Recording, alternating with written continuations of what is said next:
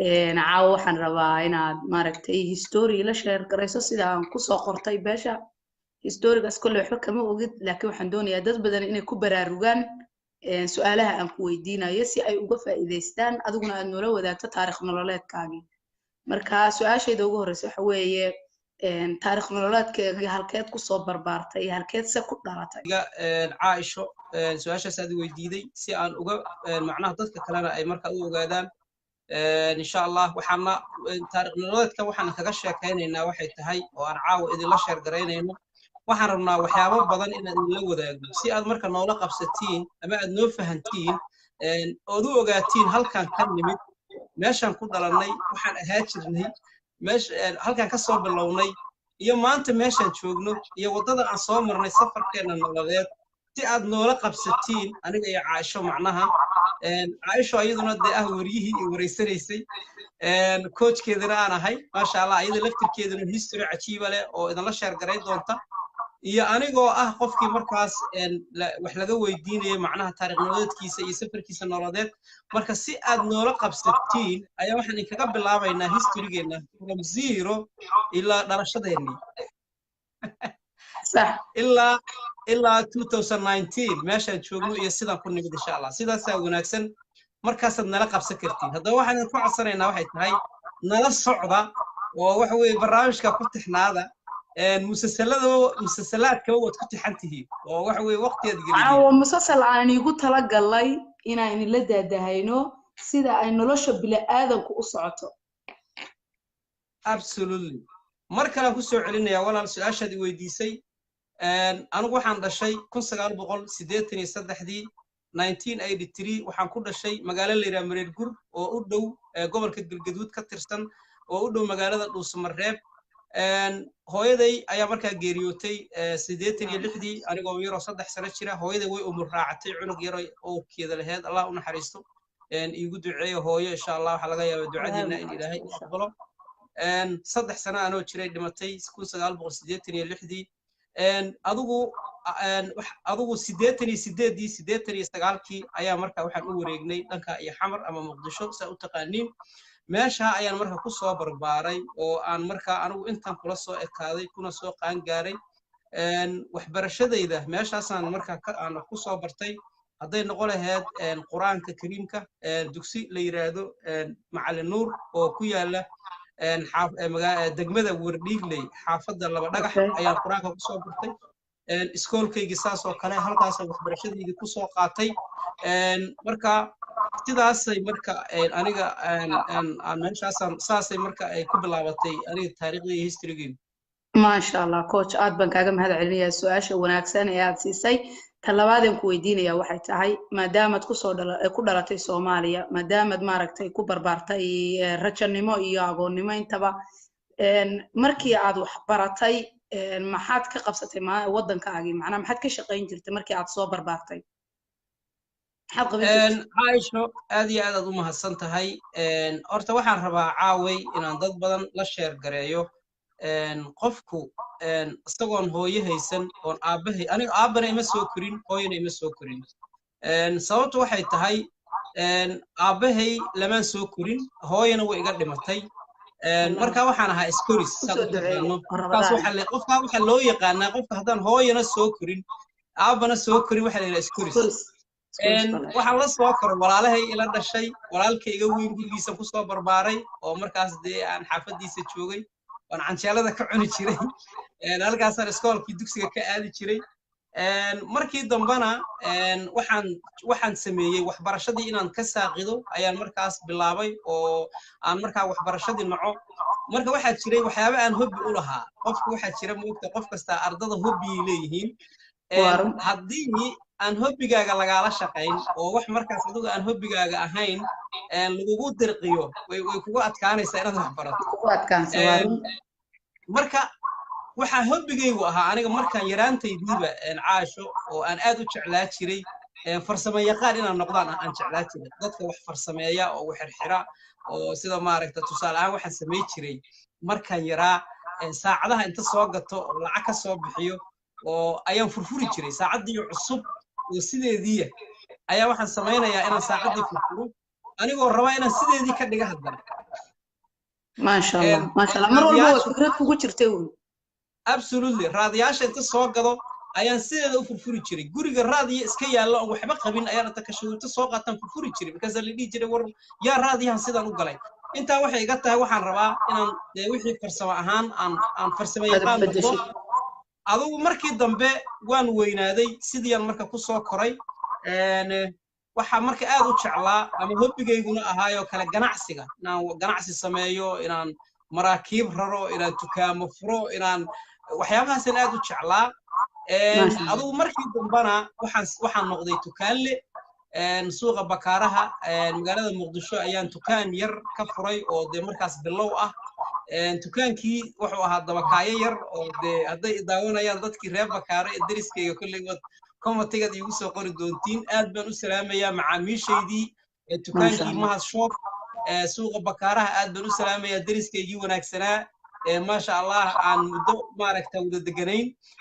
دمان وإداوة دونان أما إداوة يان أدبر أسود دوين يا أنت أصلاً يا معاميش يا أنت كان كحرنات تكان يرى المركب بلاوي ولا والضبكاية أو عمت أتقن الدي وحي رتشين قد وأكو قرني تكان كدمنا تكان كي وحي سكوب بدلي جملة التفاريض يدور تكان ونقضي ما شاء الله marka halkaasaan marka ka shaqeey jiro oo marka aan ku guursaday oo aabba laba afar ciyaal lahaan ahay marka halkaasaan marka walaal aan ganacsi ka bilaabon ka aas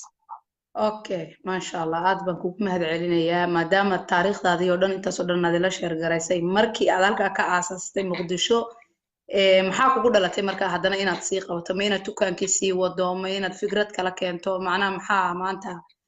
kugu dhaliyay in maaragtay halkan ila joogto ما يمغلى عاشو سفي عن هذا ما يمغشى ها سفي عن كو مغلى اوكي سؤاشا كوغو علينيا ها سفي ما واكو فهمي وحنو فهمي سؤاش هذا إيراد التري سيداد هالكم كنتمد معناها أو أنا ما دام الصومالي كشقي سنجرتي أو تكون كوهي ستود وحقب سنجرتي أو نورمالمات كاجا أدرات سنجرتي سيداد ما أنت كسو جدبتي أما سير مرحلة ديت كجت موضن كاجا محاسة كاك يعني إلا مرة والبقول عايشة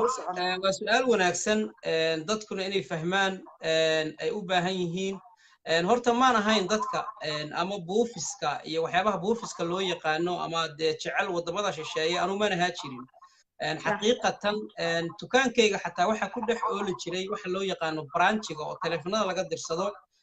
حق في عن أيام كهي جري يوروب يا أمريكا أستراليا وضبضة رقالبات كوردان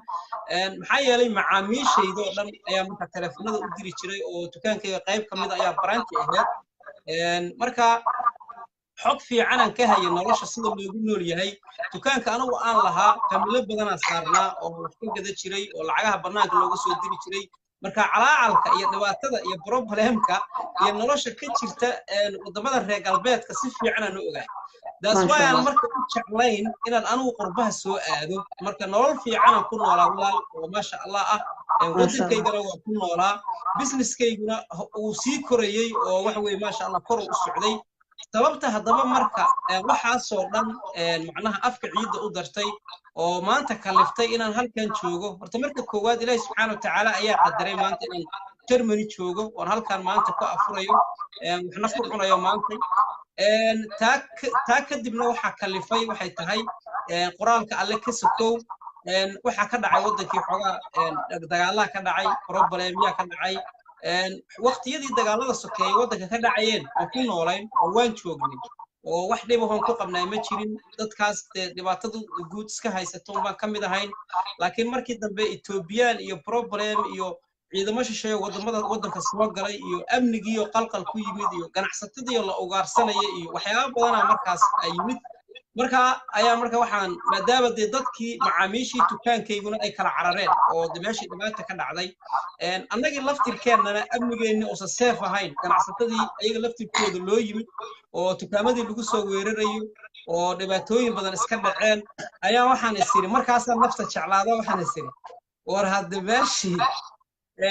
meeshaan waa inaad marka ka caga wareejidood ka tagto marka laba meel ayaa ii soo baxday inaan aado South Africa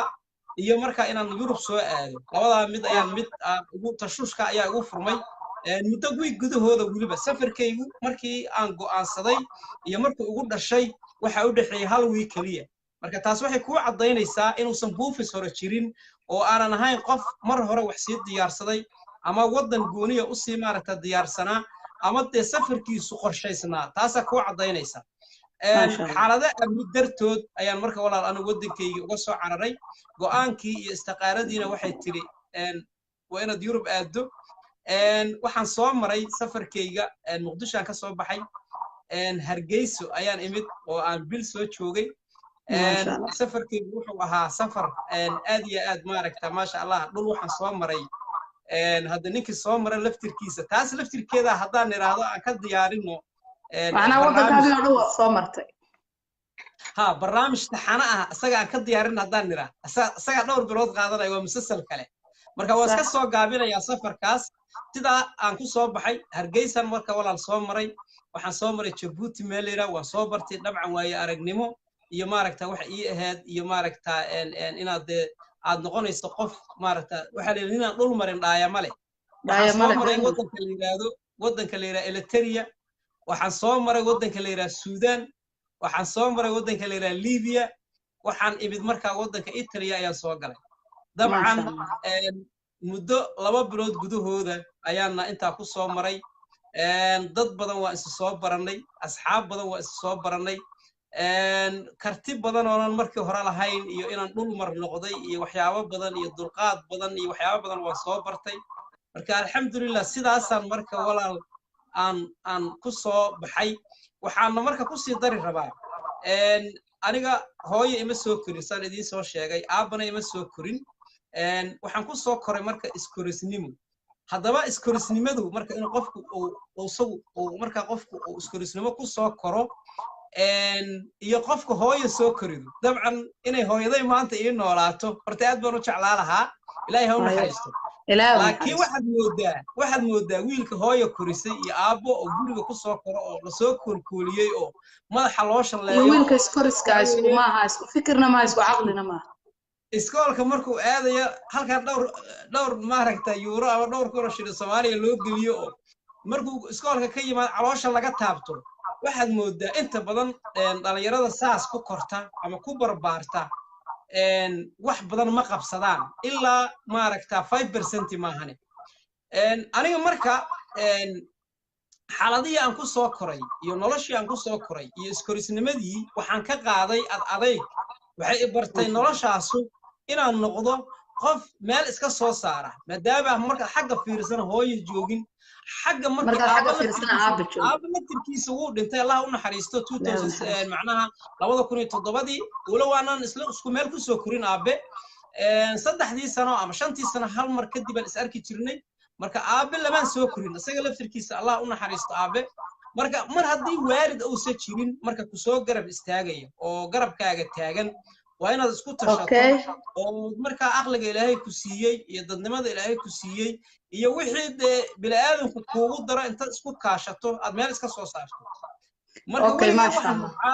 oo diidayay waxay tahay inaan qof bilaadana aan macnaha wixii ira taasan aad u nabca wax uu nacab yahay aabahay wuxuu dhihi jiray asaga tuug waxaas habar ma dhaafo Ilaahay naxariisto marka Italy saasa walaal ku imid anigoo markaas nabadgelyana raadinaya dhaqaalana dabcan raadinaya oo maadaama horumarkaygii iyo businesskaygii la baabi'iyay odagu amnina wuu rabay halkaasaan ka dhaxgelayaa kolley waa Ramadaan taraawiix baa la tukanayaa magaraysaa sheekadana waxaan rabnaa inaan maadaama sheekadeenu taxana tahay in maaragtay aynu xuduud u yeelo su'aasha kale aan qabaa waxay tahay coach Italia markaad soo gashay maxaad qaban jirtay markay marxaladda Italia aad ayay muhiim u tahay dad badanna aad ayay muhiim ugu tahay anigu xitaa aan ka mid ahay waayo Italia ayaan ku noolahay ma sha Allah Aisho su'aashaas inaad i weydiido aad iyo aadan markaas u soo dhaweynayaa sababtu waxay tahay aan ku leeyahay su'aashaas aad baan u soo dhaweynayaa Italia waxaan soo galay anu 2008kii 2008 ayaan soo galay dabcan sawirka aan haystay iyo sawirka aan meesha ugu imid labay kala noqdeen kaligayna maahan kuwii iga soo horreeyay laftirkoodu sawirkii ay haysteen iyo kay u yimaadeen weliba dadka way iga fiicnaayeen oo dadku aniga de safarkaygu wuxuu ahaa kedis ama markaa wuxuu ahaa wax soo boodoy ah laakiin ninka maaragta ku xiran de caalamka la jaan qaadaya oo la socdo oo internetka inta soo gala dhahaya maxaa Italy ka jira maxaa Yurub ka jira halkee la maraa ninka wax badan buu og yahay laakiin nin dukaankiisii ka soo baxay wax way doon iska soo raacay waa dareemi kartaa inuusan macluumaad badan haysan marka sawirka aan haystay wuxuu ahaa war Italy haddaad tagto waa wadan Yuruba weli waa wadankii de Soomaaliya gumaystay de waxaan maqli jiray waxaas kibir badan ama gaal Rooma jooga marka marka waxaan isriiday meeshii sida loogu mahmaahayo marka tagto kullayba dukaankaagii uma darsan doontid معناها إنت لو وضع في عن وحنا كما شيء دونه وهقول على أنا وحنا كشيء جيو أنا لو كنا الله هدي وحلاقة شيء أنا دافع عيا ما شفت ما وحلاقة شيء ماله لكن صور كان هيستي يصور كان روي ميدا الله بكرة نقضي مر كان يمد ماشى كان بانجلي ولا هرت وحى يقول لعي وين تجي وين حنوصل أوكي وين حنوصل رمضان نو كسو آدي xilli ramadaana marka waxaan wad cuntadii oo dhan shaki ka qaaday alla wixii la cunayo oo dhan waxay ii noqdeen doofaar la cunayo marka iyaga waxa hawshoodu halkaas ay u badan tahay marka waxa igu dhacay wiswis badan waxa igu dhacay shaki badan waxa igu dhacay qalqal badan waxa igu dhacay cuntadii inaan ka go'o inaan xanuunsado waxyaabo badan adigu muddo 4 bilooda ayaan walaalkaan ku jirnay oo aan sugaynay sharci oo macnaha aan maaragtay aan ku shaqaysano sharcigii waan helnay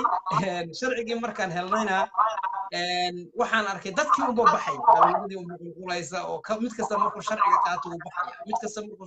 war xagee loo socdaa waxa lagu leeyahay waa in laga gudbaa Italy sharcigu baa laga qaataa marka wadamada kale Sweden iyo Norway iyo Europe taasaan galeynaa xogaa wana sira madax xagtiyo waxaan ila war Europe Sweden hadii de meeshan faral iga qaado Sweden iyo Norway waxba ima sheegaysay waxa la yiri meesha ku qoydo waa lagu qalansaday kullayba halkan joogayaan yiri waan baan qaatay wax yaran isira adkeeyay caasho waa shaqay weys marka waxaan u shaqaynaynin dadkii aad la timi ama dadkii kula yimi ama ku ka dambeeya sii socda marka waxa weeye adiguna waad ku qasbantay inaad raacdo marka waxaan iska go'aansaday marka maadaama aan dhaqaalana raadinayay dabcan nabadgelyo way ka jirtaa wadanka Italy laakiin qofku waxa adag intuu cusub yahay inuu marka shaqo ka helo way adag tahay luqadii laftirkeeda barashay ka rabtaa dabcan dhanka luqadda in luqadda barato waa wadan kasta taa ka siman laakiin waxaanan helin walaal marka laga soo tago sharciga waxaanan helin wax caawimaada oo ama dib u dejin oo kale ama maaragtay dib u dejin loo sameeyo oo la yiraahdo halka dega luqadana halka ka barta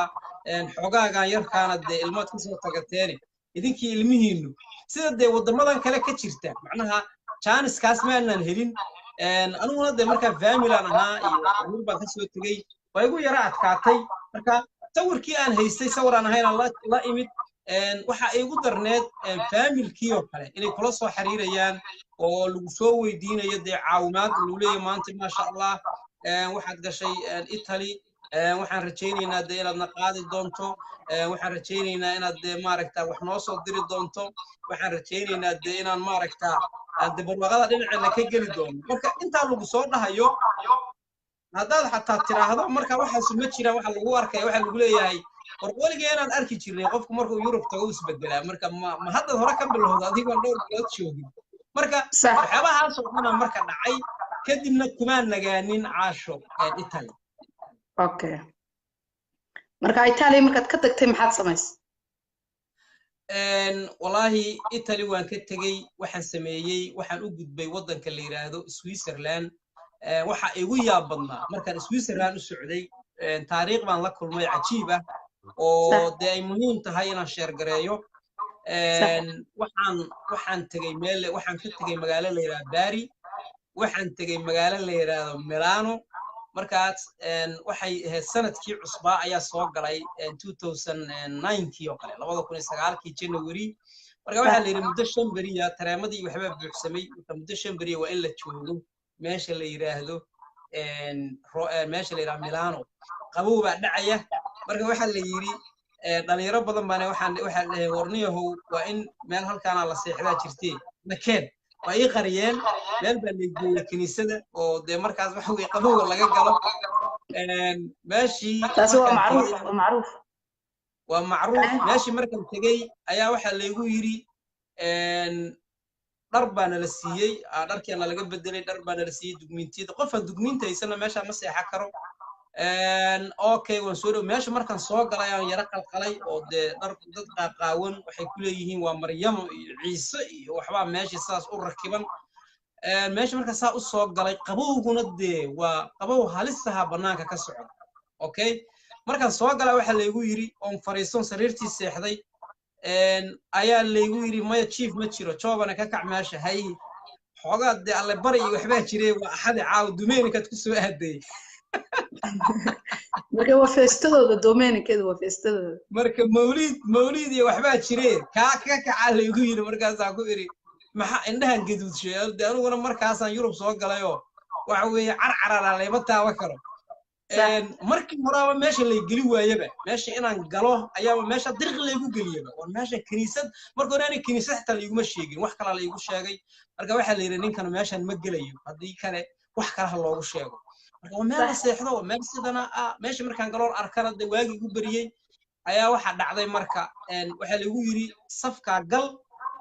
waxa la akhrinayna wax ka akhrin okay may waxaan ku yiri anigu may iyo sabab muslimaan wax saas xogaa talyaani yara aqaanaysan iyo tuti muslimaan marka Maroccan iyo dad badan iyo Arab iyo de qabowgu inta dishay de isdhiibay ayaa meesha ku jira iyo dad badan oo de Masaariya waxa la yiri tuti dadka qaar waxay isticmaalaan iyagoon tukanaynba inay maaragtay dantooda fiiriyaan u galaan maadaama ay hoy kala haysan absolutely marka waxay dhaheen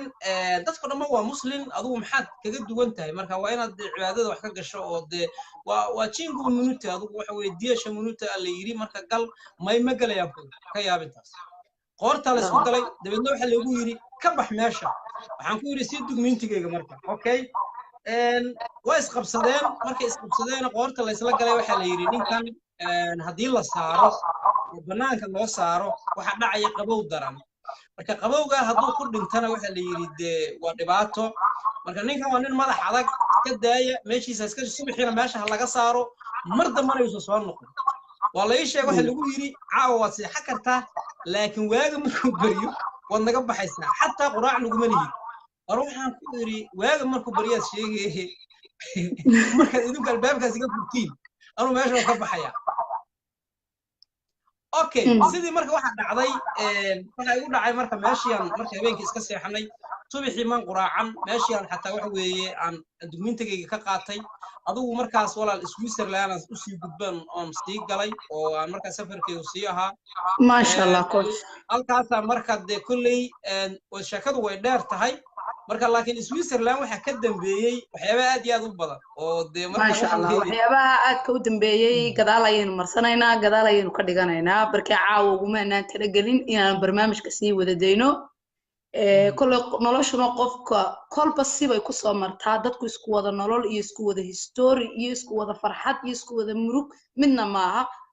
qof walba noloshiisa iyo farxadiisu gooni ayay u tahay marka coach aad baan kugu mahad celinayaa sida wanaagsan ee maaragtay aad ila daadahaynayso ama aad ila wado sidaynu sheegnayna waxaanu ka dhiganaynaa taxane axad kasta inaynu history maaragtay qof walba si uu maaragtay uga faa'iideysto iyo ultimada noloshii mahad ee adkayd halkii ay ku dambeysay aad iyo aad ma caasho sidaas way walaal sababta aan u sheer garaynayno historyga waxay tahay qof kasta macnaha qof bay taaba kartaa historyga qof uu taaba karaa ninkan halkuu ka yimid halkuu joogaa wadooyinka uu soo maray sidoo ku soo maray maxay ku qaadatay marxaladaha uu la kulmay ama challenge-ga uu soo maray noloshiisa waxa laga yaabaa dad badan in aan maantay aan ay igu history yihiin ama iga history fiican yihiin ama ay nolosha ku soo adkeed maanta marka waxaan historygan u share kareynaya waxay tahay maadaama anigu Italy aan ka soo galay Europe fursadda maanta aan haysto Italy maalinta way ka jirtay laakiin maan garanaynin laakiin anigu maan aqoonin waxa jira maanta dhalinyaro badan oo maanta Italy ku nool oo kale tusaale meesha anigu Europe ka soo bilaabay haddaan maanta fursaddan aan haysto oo aan maanta Germany ku haysto aan Italy ku heli lahaa meelna maan aadin wayna ka jirtay laakiin maan garanaynin haddaba maanta waxa jira dad badan oo fursaddiina haysta aan nahay oo macnaha u jeedin oo arkaynin ama si ay u bilaabaan ama meel ay ka bilaabaan laakiin sidaydii oo kale safar dheer galaya iminka safar dheer aan galay anigu waxaan safar bilaabay Yurub dhexdeeda 2008 ayaan bilaabay waxaan degay 2015 imisa sano u dhaxaysa dhowr sano intaasoo sano marba waddan baan tagayay marba waddan baan iska dhiibayay marba wax ka sheegayay marba mid baa la igu celinayay waan share garay doonaa insha Allah biidnillah marka si aysan dhalinyaro badan maantay oo maanta waddanka Italy ku nool oo kale aysan ugu dhicin sidii aniga igu dhacday laakiin maanta meeshii anigu ay ka faa'iideysan kara Italy nolol way taala farxadina way taala laakiin qofku isaga ku xiranta absolutely Janiski anigu waan ku degay aan maanta aan ku najaxay ayay maanta haystaan waliba waxay heli karaan maanta dad de khibrad u leh oo de la share gareynaya oo jabkiina la soo maray dhibaatadii iyo kulaylkiina ka baxay maantana de waxa weeye tusaale wanaagsan dadkii u ah marka la socda barnaamijyadeena insha Allah bidnillaahi kariim talada iyo tibiska marka ugu dambeeyaan insha Allah idin la share garay doonaa laakiin safarkan wadayna insha Allah iyo historyga iyo nolosha meeshii ka soo bilaabatay caawa waxaan ka soo hadalnay de meeshan ku dhalanay la weydiiyay xaga weligay iyadoo la weydiina caawa la weydiiyay halkeed ku dhalatay goormaad dhalatay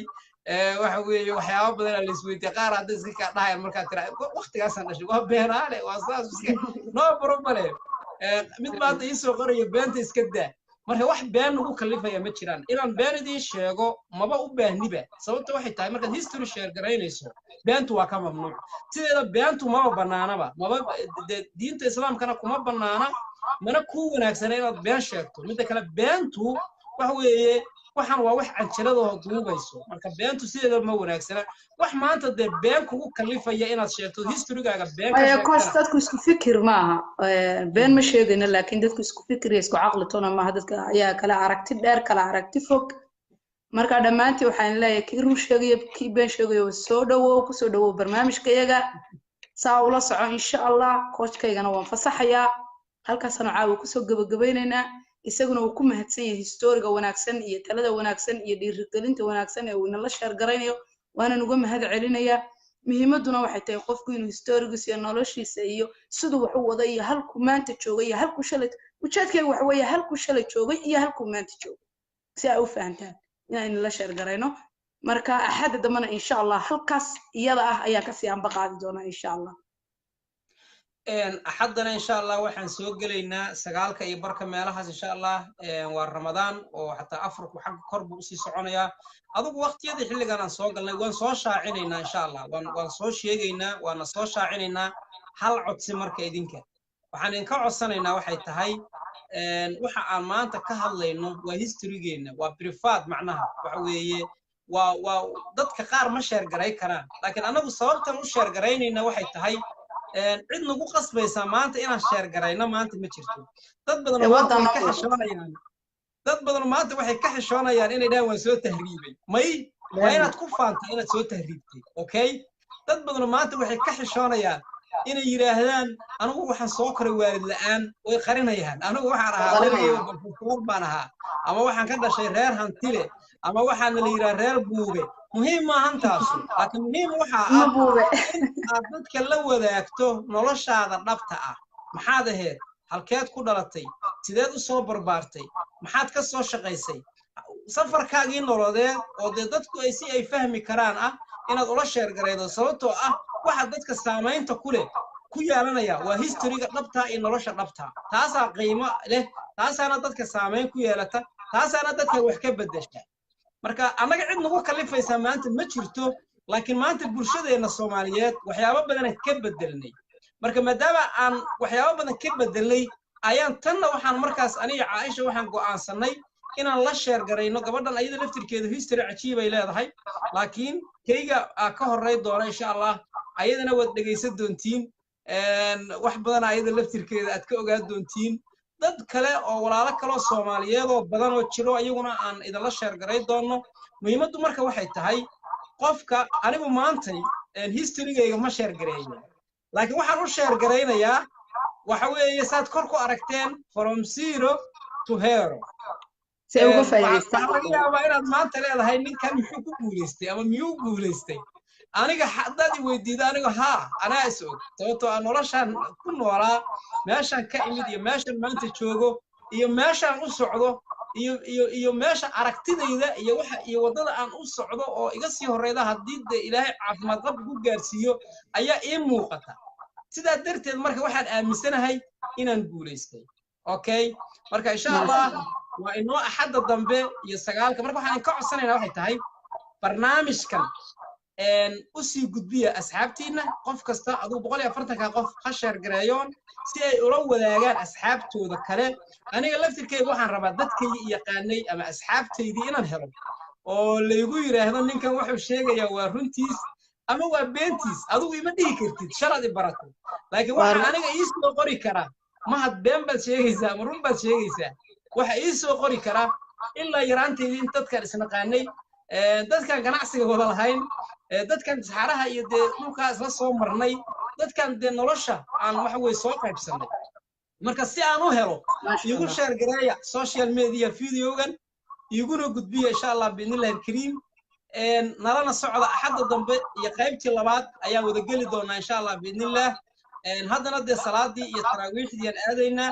cafiyo masaabax komitiyada way badnaayeen maanan akhrinaynin waxaan rabaa inaan ma uguma coach aan qaada xagga uguma inaan tala galin maaragtay commentina inuu akhrino wixii aad doontaan soo qoran rag iyo dumarba aad baan igu faraxsanahay miimadu waa kalsoonida dhammaantiina waan idin soo dhaweynayaa rag iyo dumarba coachkayga adiguna salaan sare aad baan kuu salaamayaa taraawiix wanaagsan aad baad u mahadsantahay maadaama caawa aan surprise kaaga dhigay halkaad ku dhalatay iyo historigaagii oo aan in doora lagu weydiin oo maaragtay meelaha qaar laga weydiiyo laakiin si aan qof Soomaaliya ku weydiinin aad ayaan ugu faraxsanahay caawa inaan dadka ugu horeeyo waan ku soo dhaweynayaa ma sha Allah aad iyo aad u nasiib aad maaragtaa aan kuugu hambalyeynaya kuuguna mahad celinayaa sida maaragtaa quruxda badan oo maaragtaa su'aalaha ii weydiisay waxaba igu soo dhacay Aamina Muuse Wehliye marka idaacadda u shaqeyn doona insha Allah marka ma sha Allah aad baan dhamaanteed idii salaamaya Ramadaan kariim insha Allah soonkii sadaqadii salaada dhamaanteen Allah